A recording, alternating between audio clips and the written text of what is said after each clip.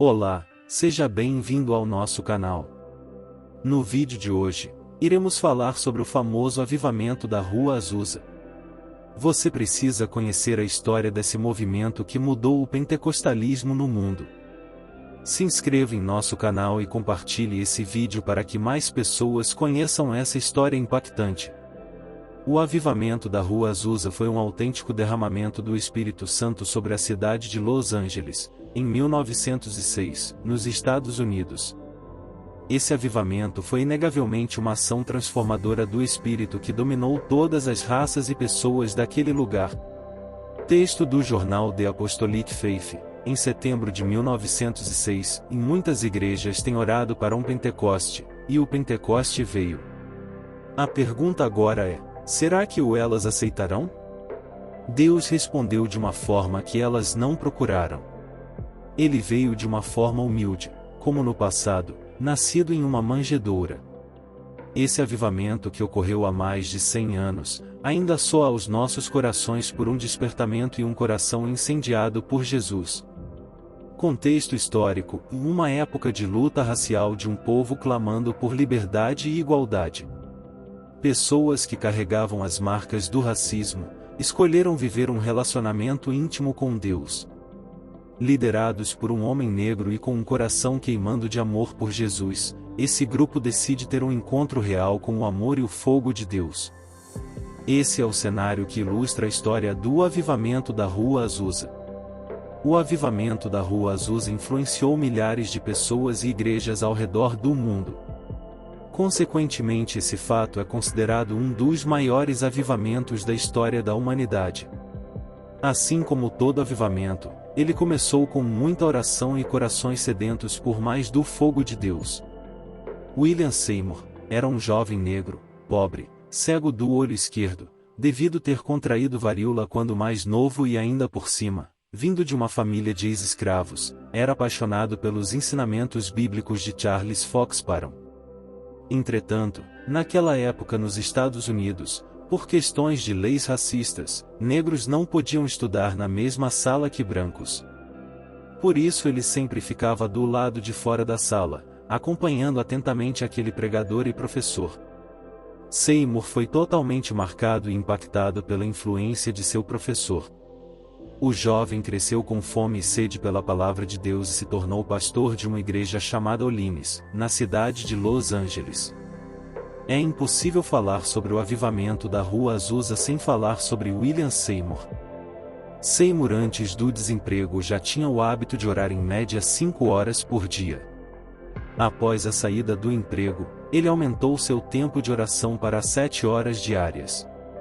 Ele tinha um grande objetivo: receber a plenitude do Espírito Santo na sua vida. O seu mais profundo pedido a Deus era receber aquilo que o seu professor da infância havia ensinado. Seymour queria o verdadeiro Espírito Santo e fogo, com línguas e o amor, e o poder de Deus, como os apóstolos tiveram.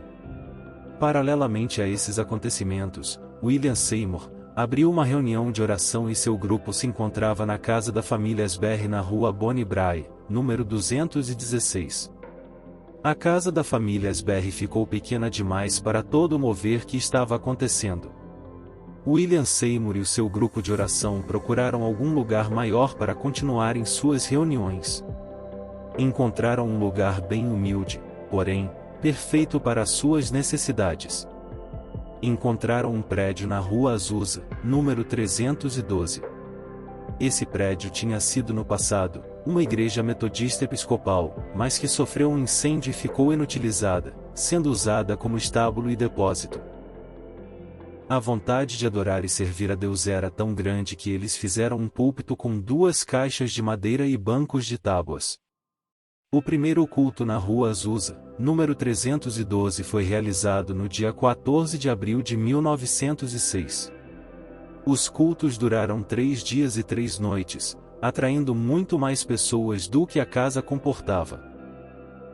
Ali, sentadas em pé entre materiais de construção, as pessoas continuaram seu culto de adoração cheias do Espírito.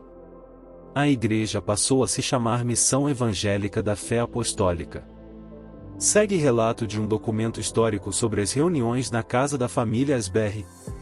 Eles gritaram durante 3 dias e 3 noites. Era Páscoa. Pessoas vieram de todos os lugares. No dia seguinte foi impossível chegar perto da casa. Quando as pessoas entravam, elas caíam debaixo do poder de Deus e a cidade inteira foi tocada. Eles gritaram lá, até as fundações da casa cederem, mas ninguém foi ferido. Durante esses 3 dias, haviam muitas pessoas que receberam o batismo. Os doentes foram curados e os pecadores foram salvos assim que eles entravam na casa. Por 3 anos, o avivamento continuou essencialmente 24 horas por dia, 7 dias por semana, com uma participação de, às vezes, até 1000 pessoas. Pessoas do mundo todo vieram para receber seu Pentecoste, muitos sendo enchidos espiritualmente antes de chegarem ao prédio. O que tem sido chamado de maior avivamento mundial resultou, em nossos dias, em um vasto exército de mais de 600 milhões de crentes cheios do Espírito, tocando cada nação da terra. Jornalistas e curiosos vinham de todos os lugares para observar ou zombar do que acontecia ali. Aproveitadores e oportunistas também foram atraídos para experimentar do que havia ali. Os cultos fervorosos e a diversidade dos participantes também provocou toda a sorte de interpretações por parte das outras igrejas. Ainda não há consenso de como se conseguiu reunir sob o mesmo teto, cristãos com orientações teológicas tão divergentes que afluíam em torno daquele sentimento de piedade espiritual e poder. Caso é que o que aconteceu ali, surpreendeu a todos, pela novidade que se apresentava. A missão da fé apostólica, como ficou conhecida, tinha Seymour como líder e pastor. Porém, vale lembrar que ele não desenvolveu tudo sozinho, antes, foi auxiliado por outros líderes. Um desses líderes era a irmã Clara Lum, que manteve circulando mensalmente o informativo interno da missão e que teve papel fundamental na orientação e divulgação do trabalho ali desenvolvido. Seu lema era: "Não saia daqui falando sobre as línguas, fale de Jesus." Outra façanha de Seymour foi manter negros e brancos trabalhando juntos, harmoniosamente, numa época de intensa segregação racial. O jornal da época, The Apostolic Faith, relatava que os cultos começavam por volta das 10 horas da manhã e duravam até as 22 horas, às vezes se prolongando até as 3 horas da madrugada. As pessoas lotavam os cultos 3 vezes ao dia, e as reuniões eram tomadas por curas e milagres de Deus como curas de deficientes físicos e pessoas eram batizadas no Espírito Santo e caíam debaixo da unção de Deus, apenas por andar no quarteirão próximo ao prédio da Rua Azusa. Pessoas recebiam de Deus o chamado missionário e iam para outros lugares e nações pregar o Evangelho. Acima de tudo, o avivamento da Rua Azusa foi responsável pelo início do movimento cristão pentecostal. Hoje o maior segmento da igreja evangélica no mundo. Através do avivamento da Rua Azusa, as seguintes pessoas que frequentaram as reuniões tiveram grande importância posteriormente. William H. Durham foi batizado no Espírito Santo em uma das reuniões da Rua Azusa, onde ele, após isso, formou missionários em sua igreja local, em Chicago. 2 de seus evangelistas que foram enviados em missão foi I.M. Bell, que se tornou o fundador da Igreja Assembleia de Deus nos Estados Unidos, e também Daniel Berg, fundador da Igreja Assembleia de Deus no Brasil. Apesar de as questões pentecostais se tornaram a razão pela qual houve divisão de muitas igrejas não pentecostais, o pentecostalismo provavelmente foi a arma mais poderosa do cristianismo no século XX. Sua ênfase em missões e no evangelismo resultou em um crescimento fenomenal do movimento, tanto nos Estados Unidos quanto por todo o mundo.